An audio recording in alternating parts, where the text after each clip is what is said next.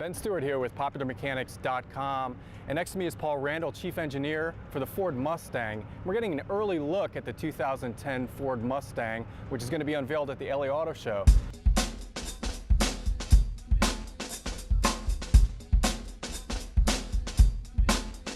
Now, Paul, obviously the car looks fantastic, but there are some aero tweaks too. It's not just a pretty face. Yeah, good morning, Ben. Thanks. The whole car is brand new. The only carryover panel is the roof panel, and the reason for that is because the glass roof option is available at job one. But in terms of aerodynamics, we've really concentrated on the fuel economy improvements that the aerodynamics could bring to the customer for real-world driving. Underneath, there's aerodynamics improvements as well. On the GT, there's a belly pan that covers the entire bottom of the engine bay. Now that belly pan's good for fuel economy, isn't it? That's absolutely right. Plus, we get 23% decreased front lift on the car with that aerodynamic improvement. So at high speed stability, the car is tied down better on the front end.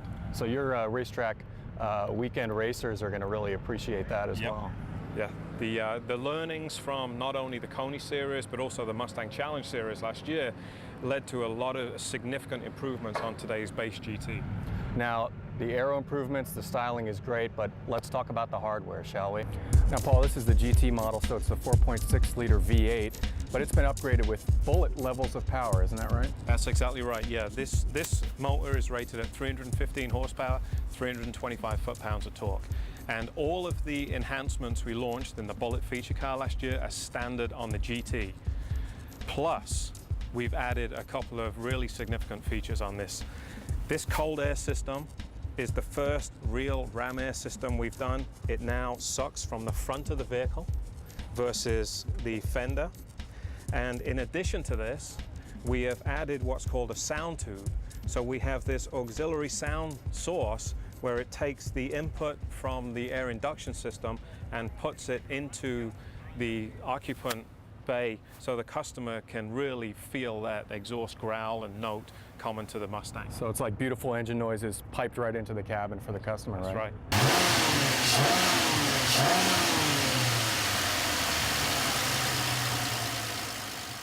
Now you also have a big strut tower brace there. That's optional on the GT, but it adds a lot of stiffness, doesn't it? Yeah, it's optional on the GT with 18s, but with 19s it's standard. Okay. With the bigger tires and wheels and the weight differential, this is a real structural brace. It's not one of the braces that is aesthetic. There's about a 20% lateral stiffness increase by adding that brace, and it really makes a difference from the handling. Now the handling improvements, again, when we launched the Bullet last year, you guys gave us so much feedback that we simply had to go back to Dearborn and open the books on how we tune this car. So the end result is, with the Mustang Challenge, with the Bullet, this car is more balanced than the Bullet, and the turn-in and the dynamics of this car are absolutely pleasurable to drive. And we're saying this is now the best balanced Mustang we've ever produced. Sort of makes you wonder what the next Bullet has in store for us. Exactly, and that'll be under the hood. Now, the new interior on the Mustang looks pretty similar to the old one, but there's some significant upgrades. I noticed the IP is all soft touch, and that's something that a lot of us are really appreciating. You know, nobody likes hard plastic, right? It's the highest quality you can get in a vehicle today. It's just one piece. Functional improvements, there are no squeak and rattles, and it gives you that great quality feeling. The actual theme is still classic Mustang, you know, the flowing across with the center stack coming down, the high vents. We changed the vents from being circular to the square vents in the middle. New steering wheel, redundant controls, classic 3-spoke signature DNA Mustang design. And then the center stack is shown here in base format, where we still offer the shaker system with, you know, just real good ergonomics for reach.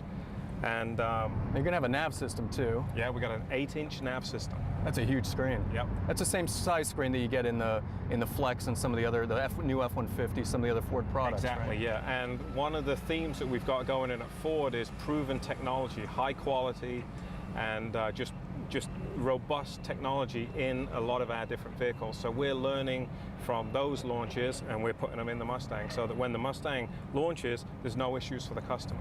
Now the Mustang, when it originally debuted, you had those color-keyed gauge clusters. You could change the coloring. Yep. You took that to kind of a different level with this car, didn't you? That's right. We still have it in the gauges, which are, these gauges are 360-degree circular ring gauges.